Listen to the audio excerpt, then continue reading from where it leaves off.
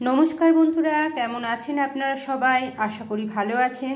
তো আজকে আমি একটি লাউয়ের অন্যরকম রেসিপি আপনাদের সঙ্গে শেয়ার করছি যেটা নিরামিষ। তো দেখুন কেমন লাগে আপনাদের। সাধারণত লাউ চিংড়ি লাউয়ের এমনি তরকারি মুগ ডাল দিয়ে তরকারি এইসব আমরা খেয়েই থাকি, লাউয়ের পায়েস এইসব খেয়ে থাকি। তো এইভাবে একবার তৈরি করে দেখুন তো কেমন লাগে। আমার তো খারাপ লাগলো না, তাই আপনাদের সঙ্গে শেয়ার করছি। তো প্রথমেই আমি লাউটাকে এরকম ভাবে ডুমো ডুমো করে কেটে নিয়েছি।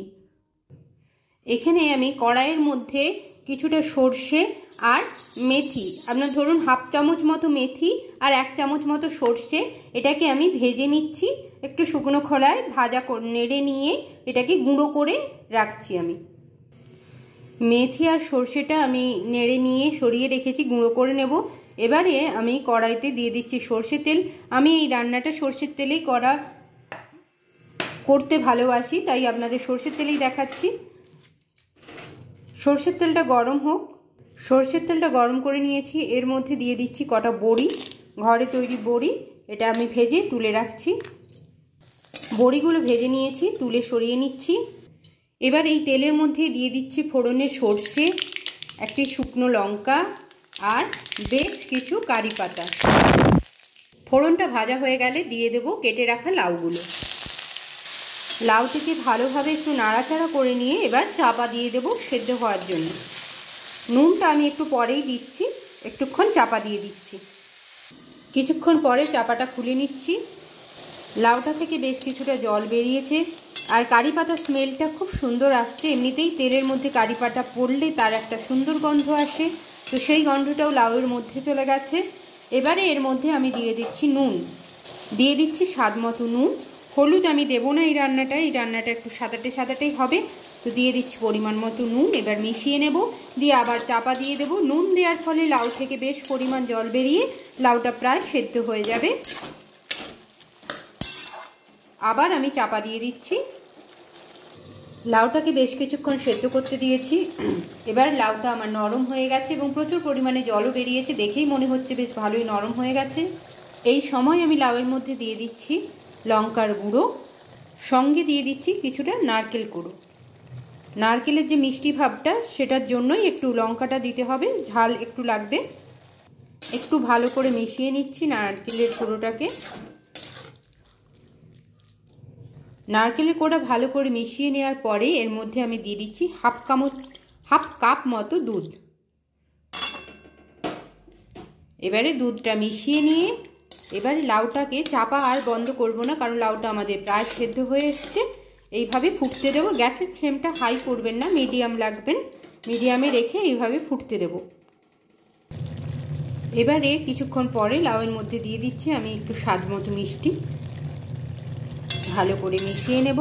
আবার কিছুক্ষণ ফুটতে দেব।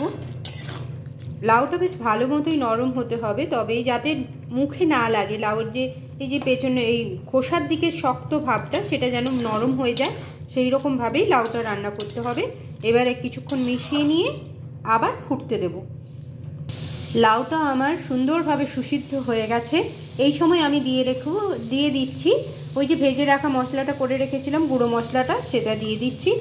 এই যে মেথি আর সর্ষের শুকনো খোলায় নেড়ে যে গুঁড়ো করেছি তার যে গন্ধটা খুব সুন্দর লাগে এবং অন্যরকমই একটা স্মেলটা আপনারা অন্যরকমই পাবেন। নর্মাল যেভাবে লাউ রান্না হয় সেভাবে তো একদমই নয়, তো দিয়ে দেখবেন খুব সুন্দর লাগে এই গন্ধটা।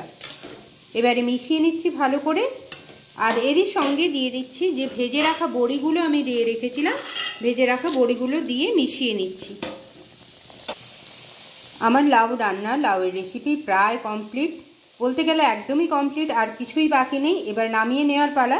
তার আগে আমি এই যে লাউয়ের রসটা যাতে শুকিয়ে যায় আর একটু গায়ে মাখা মাখা হয়, একদম রসালো থাকবে না, তাই জন্য অল্প পরিমাণ একটু আটা দিয়ে দিচ্ছি, দিয়ে মিশিয়ে নিচ্ছি যাতে এই রসটা পরে না বেরিয়ে আসে। লাউ থেকে একটু জল বেরিয়ে আসে, আপনারা জানেন রান্না করার পরে রেখে দিলে, তো সেইটা যাতে না বেরিয়ে থাকে আর হচ্ছে একটু গায়ে গায়ে যেন লাগে, সেই জন্য আমি দিয়ে দিচ্ছি অল্প পরিমাণ আটার গুঁড়ো। ব্যাস, রান্না আমার কমপ্লিট। এবার নামিয়ে নিচ্ছি। তাহলে বন্ধুরা তৈরি করে ফেললাম লাউয়ের একটি অন্যরকম রেসিপি। লাউ খেতে খেতে একই রকমভাবে লাউ খেতে খেতে যদি আপনাদের ভালো না লাগে তখন এইভাবে একবার বানিয়ে দেখবেন, সত্যিই সুন্দর লাগে খেতে। এতে একটু ঝাল ঝালও লাগবে, মিষ্টি লাগবে, আবার এই মেথি দেওয়ার জন্য একটু তেতো তেতো ভাবটাও লাগবে, আবার সঙ্গে আবার কারি পাতার যে মিষ্টি গন্ধটা সেটাও থাকবে। তো এইভাবে একবার বাড়িতে এই রকম লাউ রান্না করে বাড়ির লোকেদের সঙ্গে শেয়ার করবেন, একসঙ্গে বসে খাবেন, দেখবেন খুব ভালো লাগবে খেতে। তাহলে বন্ধুরা এইভাবে একবার লাউয়ের রেসিপি বাড়িতে রান্না করে আমাকে একটু জানাবেন যে আপনাদের কেমন লাগলো। তাহলে আজকে এইটুকুই রাখলাম, নমস্কার।